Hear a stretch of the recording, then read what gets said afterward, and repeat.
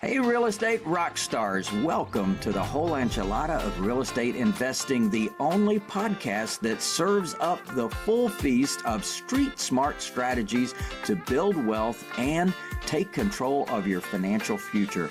I'm Lou Brown, and I've been in the real estate game since 1976, so I've learned how to make the whole plate worth it.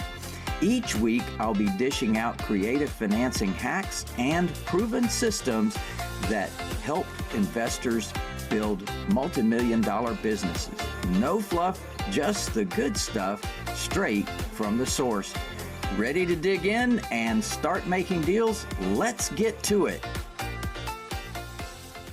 Hi everyone, it's Lou Brown back with another installment of the whole enchilada of real estate investing. And man, I am so pleased that I could bring you today Boris Sanchez, who has a background in commercial property, which I think a lot of you will be interested in knowing his perspective because he's got an interesting one. And we're definitely excited to hear from you today, Boris. Tell us a little bit about yourself. Thank you very much, Lou. I appreciate you. And thank you for having me on your podcast, on your show. Absolutely. Yeah. So I am 40 years old now. I've been in the real estate business about 15 years. Originally an immigrant from Colombia, South America. We fled that country because of its violence and gladly ended up in a country that opened their hearts to us. Very honored for that. Been a serial entrepreneur ever since I can remember. I started my first business at 7 years old, and that was a great experience, an eye-opening experience. I've owned many businesses after that. That business, as a 7-year-old, was a food delivery business inside my own school, and so I had the taste of business very early. I went through the whole like competition, and other kids try to copy my food delivery business. I had to hire other kids in order to bring my costs down and all that, and be able to service more students. And so I went through that very early until the teacher shut it down, and we ended up with no business at that point. But it gave me a really good taste of entrepreneurship. I've since owned a car dealership, a online e-commerce business, a consulting business. I've done it all. I also have 10 years of corporate experience in the meantime. Went to school by myself, got an MBA, paid my own way through school, and I started again, like I said, in real estate about 15 years after everything. And that was the cumulative addition of all my experience, anything before that. So I'm glad it happened that way. Wow, that is so entertaining. It definitely is something that kind of mirrors my life. My mother was an immigrant, and she came to this country as a war bride on the Queen Mary, way back when World War II, into World War II, and then it ended up just being the two of us. So it's a fun thing that you get to experience. Probably you're like me, is my favorite saying that I pretty much invented years ago is, if it is to be, it is up to me. And it sounds Yes, like you were playing that game for sure. that's correct. Yeah, I never really had anything. I never really accepted any money from my parents. I wanted to prove it to myself that I wanted to do it. I even got an MBA from in abroad in London, and I paid my own way through that, and that taught me a lot about myself. In a lot of ways, I have that experience to be thankful for my next phase of my career, which is real estate and opening up my own business and my own investments within real estate, especially commercial. So when did you get started in real estate? Sure, it was right after the recession. 2010, I had graduated, like I said, from my MBA, decided to come back to Houston and follow footsteps of my brother. He had a mortgage company, and I became an LO for a little bit. I was flipping houses in the meantime because I was trying to make a little money as a loan officer and invested in house flipping. I didn't really like it. I'm sorry for everybody out there who really loves it and stands by it. It is not my thing. I wanted to make cash flow while I owned the property. When it was sitting in the market, I wanted to make cash flow from it. And I had learned a thing or two from my commercial clients as a loan officer. And so I just dipped my hand in that and I started playing around with it. So when did you start into the commercial arena? It sounds like you do have a residential background by doing the mortgages and doing the flipping and things like that, but then you Correct. gravitated to the commercial side of things. When was that? So that was around 2013 when I said I had a terrible experience with my last flip back then, 2013. I didn't think I was doing well enough, or maybe I was trying to please too many people, trying to listen to too many folks telling me the bathroom should be this way and the kitchen should be looking like that. And I'm like, this is all just too much for me. And so I decided to buy my first commercial property. It was an 8 unit apartment complex in the east side of town, nothing fancy at all. And it was actually a crack house that I wanted to turn to something cash flowing. Yeah. I'm familiar with converting crack houses into cash flowing properties in a different cash flow manner. I Yeah, gotcha. that's Yeah. so what happened with that one? So it was very much an eye-opening experience. I had bought it for $140,000, and I was one of the first in town to use hard money for commercial property. As a lot of folks may know, you take the future valuation of the property and you take up 100% of the purchase and 100% of the rehab. You borrow those, and then you bring money to the table as closing costs. And essentially, you're getting 100% financing for it. The only way I was able to convince my lender to do it for commercial was because it was two fourplexes side by side. And as folks know, a fourplex is a single family home, but two of them are for sure commercial. And so I had two loans that I just put together. I brought to closing 100, I'm sorry, I bought it for 140 and I reserved $60,000 for the rehab and I brought to closing only $10,000. So all in, I was about 210,000. I started renovating it. I filled it up full of nice tenants. And a year from the point that I had purchased it, I wanted to refinance out of my hard money loan.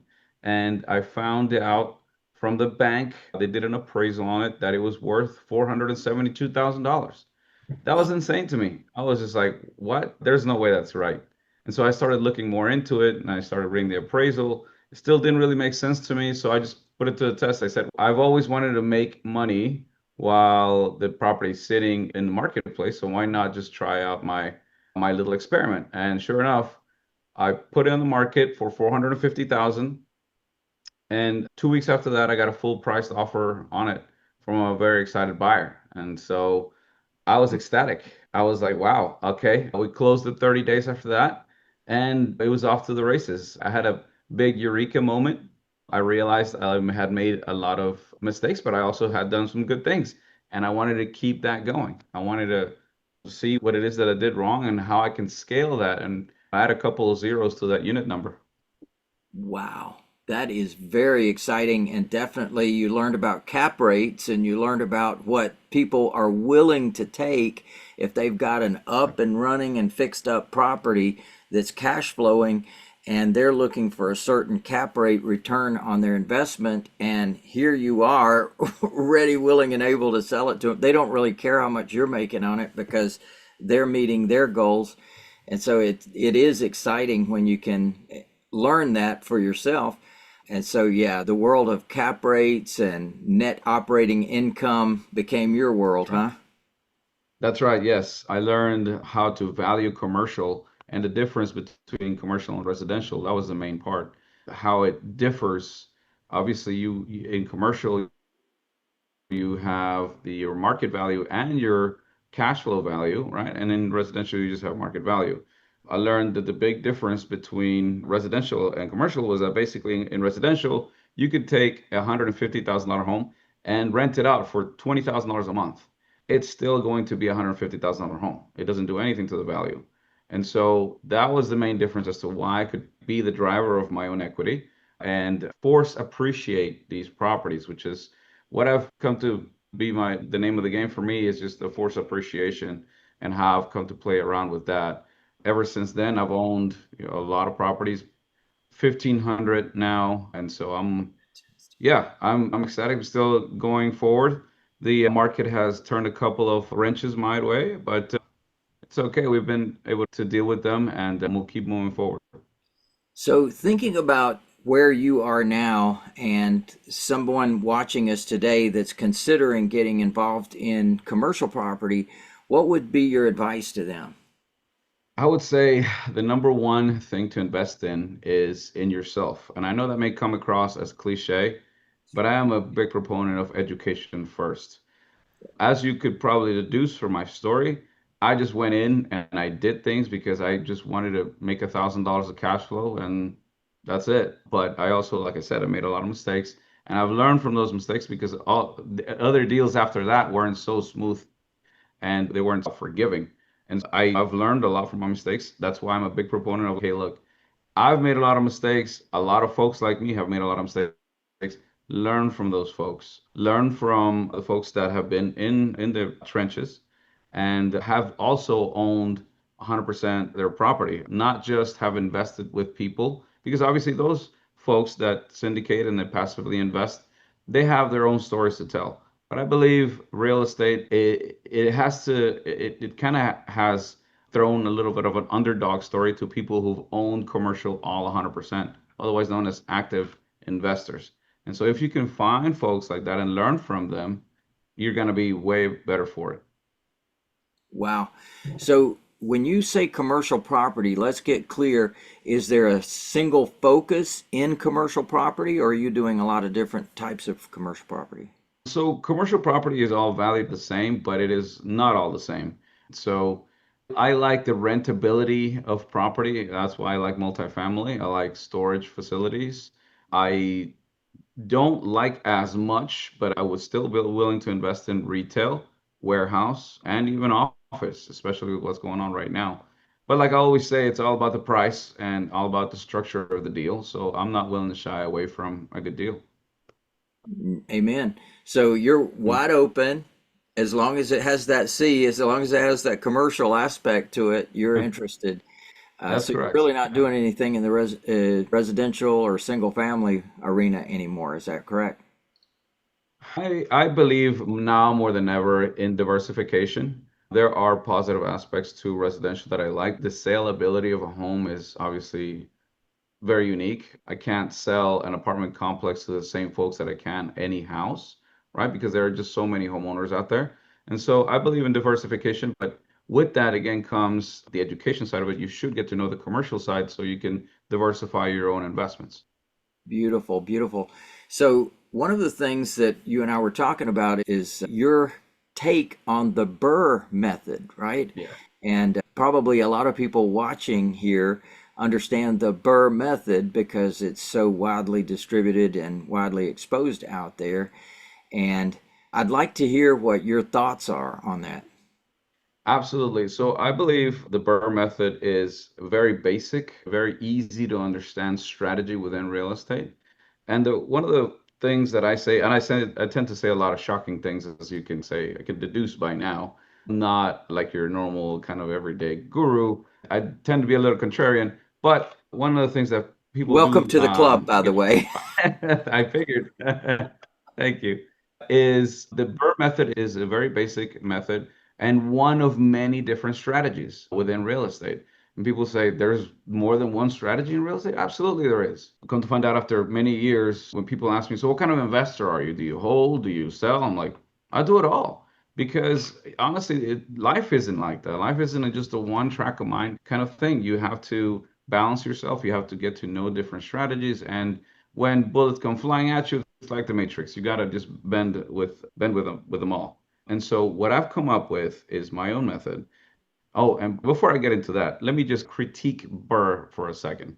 BRRRR, for the folks that don't know, is buy, renovate, rent, refinance, repeat. And so obviously that puts you in one track of mind where you can just talk residential real estate. You buy it, you cash flow it, and you buy another one with it, right? That is very limiting because nowhere in that strategy does it say sell. Nowhere in there does it say, hey, buy two more or anything like that. And so I've come up with my own method called the KISS method. That's KSSSS. Keep some, sell some, scale. Because in real estate, you have to just take the profit you make from one and try to maybe buy two with it, one to keep, one to sell. And why is that? Obviously, you need to sell in order to make the liquidity needed to keep on going, keep your operation going. And the other one to keep for cash flow and for tax reasons. You want to play around with the accelerated depreciation and cost segregation of it so you don't pay any taxes from the gains of the ones you just sold, and so on and so forth. When you get started playing in commercial, it very much tends to be that way. I could tell you many times in my life where I've sold, for example, an 8 unit complex, and I've used that profit to buy a 7 unit and a 40 unit as well. And I've kept that going up and up and up.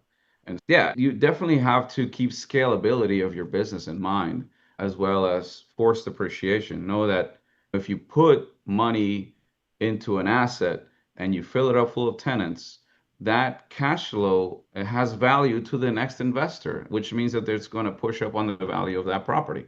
And that's exactly why I like commercial real estate. It's fun, so we can play with this because when I saw the BRRRR method, I went, that is cold. I don't love that. So I created the FIRE method, and Fire. it's freedom, income, retirement, equity. Nice. So Okay, I great, said, great. let's create some fire instead of some cold. That's And so right. it's That's what just I also think. Yeah, I, exactly. I love your KISS method, and I think that does make a lot of sense because you're like me. You can use real estate and the different aspects of the tax code to take advantage of the tax code that exists Absolutely. now and literally offset 100% of your taxable gain and 100% of your taxable income, and put yourself in that zero tax world that does exist for people that know that it exists and know that you can take advantage of different aspects of real estate to cause that to happen. So it's a beautiful thing that you figured that out and that Yes, you've created a KISS method around that. that's And right. I had to learn the hard way. so when you're out there looking for commercial deals to purchase, what are you looking for? I'm looking for value add properties. I have another theory that I want to throw your way, and that's a great segue into that. I that cash flow doesn't really create any wealth. Only appreciation does. And so another critique of the BRRRR method is that people will just stay on the track mind of only creating cash flow. You're not playing with any appreciation. Appreciation is what makes people wealthy, not cash flow. If folks are going to buy one property at a time, and the average nationwide profit per month in a property that you're renting is just $250. That's it. And so 200, imagine how many homes you will need per month to create wealth from cash. It doesn't exist. We don't have enough time in this world. I'm sorry, ladies and gents, we don't. And so that's why you need to play with appreciation. And forced appreciation is a shortcut to that. I realize you can appreciate homes, of course. You can renovate the kitchen, the bathrooms, and stuff like that. But with forced appreciation, like I said, you can push up on the value and everything like that. So when I look for properties, I tend to look for properties that I can add value to. And I've come to be very creative with that. For example, I will buy a 6 unit complex that I can maybe split some units or maybe make more bedrooms out of the units. In a particular example that I'm thinking about, I did buy a 6 unit apartment complex and I made it into 8 units. I added as many bedrooms and bathrooms as I could. So I had a really nice mix of 2 bedrooms, 2 baths, and 3 bedrooms, 2 baths. Bought that one at $250,000. On the open market, it had been sitting in the MLS for 170 something days. So I looked at it with a different lens. I looked at it with a creative mind. I saw that I could add a lot of value to it creatively. And then 6 months after I acquired it, I had renovated and then made it full of tenants. I sold it for $1.2 million. I made Oh, over $600,000 in that one deal alone. And so yes. it's deals like that change your life. And that's why I'm a huge proponent of commercial real estate because it's those $600,000 checks that will change you and your family's life. It's not the $200 a month. I'm sorry. And Yeah. yeah, that's why I'm always a big proponent of look where something you can add value to. And you'd be surprised where you can find it in the MLS, for example. I love that. I love that. So your first to find opportunities is the MLS because you're looking at things from a different point of view. Someone else would be evaluating it as a cash flow property, and that's why it's sitting on the market because they're looking at it wrongly. However, you can come in and you can add that value and create a different market for that same property, and that market comes in. Now you've come up with that new cap rate on the property and that new NOI, and now boom, you can Oh, increase the value that much. So that's do right. you hold a lot of properties or do you sell everything? No, just what the strategy would say. I tend to hold a lot. In the past 8 years, I haven't had tax liability of any kind because I hold so much and I sell so much. And we've had banner years. So thank you. Appreciate that. But yeah, we've used every tool at our disposal: 1031 exchanges, cost segregation, rapid depreciation of our properties. And that's where I'll use everything. Like you said, you got to use all the tools at your disposal. And I believe creativity to be a big one because, like I said, it's not that I have access. And a lot of people believe that because I've been in the business 15 years, that I have some secret access to the deals, that I belong to some kind of secret Illuminati society of deals, and that's just not true. I find deals that have been passed on by everybody in town. I'm the last one to know, and I'm just looking at it from a different lens. And so I believe the next level of investor is a creative investor, one that comes with a fresh set of mind. Man, that is golden. Absolutely perfect for a lot of folks that are really trying to find their niche, trying to find their focus, and the ability to be able to make that kind of markup, like you said, creating the appreciation in the property, creating the, I don't know if you've heard this one before, that real estate is the ideal investment, income, what is it? Income, depreciation, equity, appreciation, and leverage. And Absolutely. so you got the ideal thing. I wrote a whole chapter actually of a book that I'm in with Donald Trump when he used to Wow. be a real estate investor. Yeah, exactly. I think he still is. He knows where he comes from. I think he still is. Oh, he's definitely an investor. He's got clarity in that world for sure. And being able to figure things out and operate like a business. Yeah, The largest corporation in the world is the United States of America government. And to have a business person come in from their point of view, as opposed to bureaucrats from their point of view, it's a quite a different point of view. oh yes. So it's a fun thing It is a to refreshing one, and the experience. country needed it. Absolutely. It was interesting to have you say that you came in from the downturn. And I was thinking to myself, yeah, that was my fifth downturn. So I'm in my sixth cycle now. And it's interesting to watch how these economies are manufactured. What have you done to protect yourself in case of another downturn?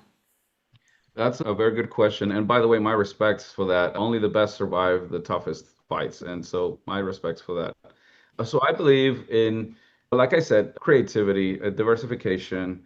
You can't just keep one track of mind. When a downturn happens, you need to be able to bend with the wrenches that you get thrown your way. And when one thing doesn't work, that's why you need to have all your tools available at your disposal in order to make sure that you keep that money coming and that your business keeps growing. It's, yeah, things may not be selling. For example, commercial real estate took a big hit in these past couple of years.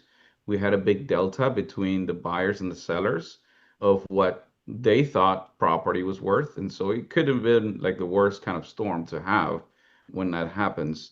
But that's when obviously I started looking into buying stuff all cash, using the equity that I could in other properties in order to buy other stuff cash, eliminating a lot of expenses and overhead that we could, focused a little more on cash flow this time, and began to open my eyes again at residential. I hadn't invested in residential in such a long time, but actually, this kind of cycle made me start looking at it again.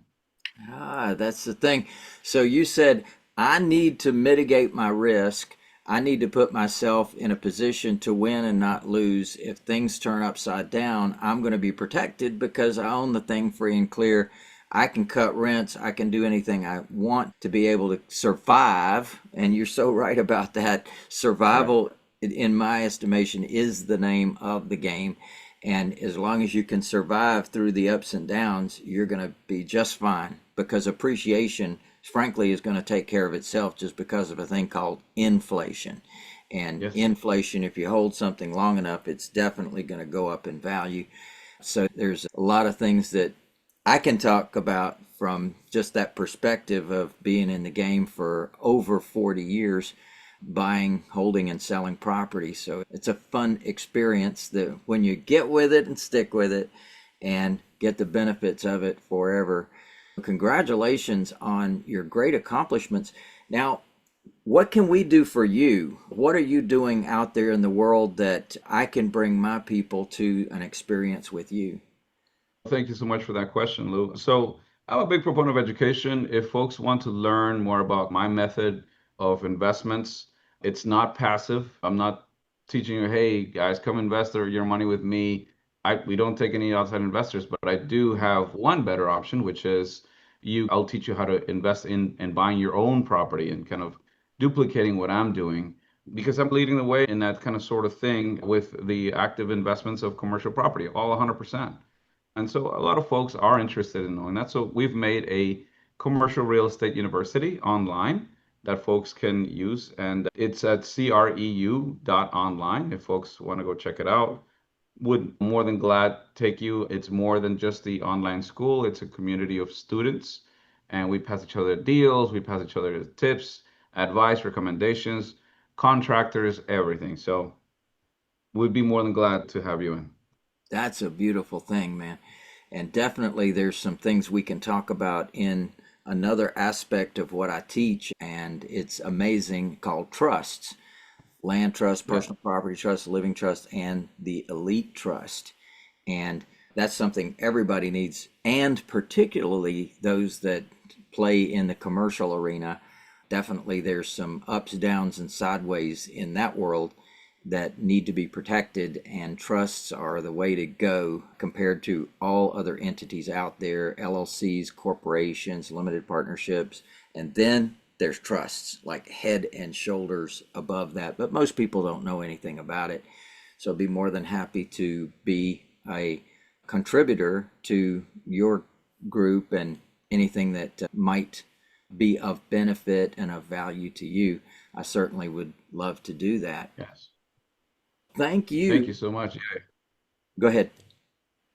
I was going to say teaching what we should have been taught in schools, but yes, absolutely. That's a very good education. And I agree, not a lot of folks know about trusts. Yes, it's a hidden secret that only the elites tend to take advantage of, and that's why they are elites because they've been able to weather the storm and protect their assets Mhm. from the predators that do exist out there in the world for sure. Yes. Sometimes they're tenants that are coming after you and trying to take your stuff. Oh, So yeah. it's an experience. But man, you are amazing, Boris. It has been wonderful to meet my friend now from Colombia and relocated now to Houston, Texas, booming metropolis, just like I'm in the booming metropolis of Atlanta, Georgia. So we kind of have sister city stuff going on there. That's correct. That's right. Yeah. And I've got some great successful clients in your area as well, just doing super well. So I'm excited that we've made this connection today and definitely looking forward. Now, if people are looking for you, you gave us the web address. Is there any other contact information, or is that where they should reach you? No, absolutely. I'll give my email address if you guys want me to look at any deals, want me to underwrite any deals with you, or want me to just to look at deals that you're selling. I would love to look at them. I look at deals all day long. I'm addicted. And so please send me your deals. I'm at boris@sanmore.com. Yeah, baby. All right, my friend. Looking forward to definitely hearing from you and keeping up with you and knowing that you're out there, you are a survivor, and you have definitely been able to navigate the evolution of this business as well. So, congratulations on that. And we will see you soon, my friend. Yeah, baby. Thank you, Lou. I appreciate it. Thank you so much. Take care. Thanks for tuning in to the whole enchilada of real estate investing. I hope you're feeling ready to take your investing game to the next level. If you're serious about building wealth, you won't want to miss the Millionaire Jumpstart. It's a 3-day live event that's perfect for any level of investor. Whether you're just getting started or you're looking to scale, this can be one of the final steps of making real wealth happen. So, what are you waiting for? Enroll now at millionairejumpstart.com and get ready to make big moves in your real estate journey. I'm Lou Brown. Until next time, keep hustling, and remember, it's not about how much you make, it's about how smart you play the game.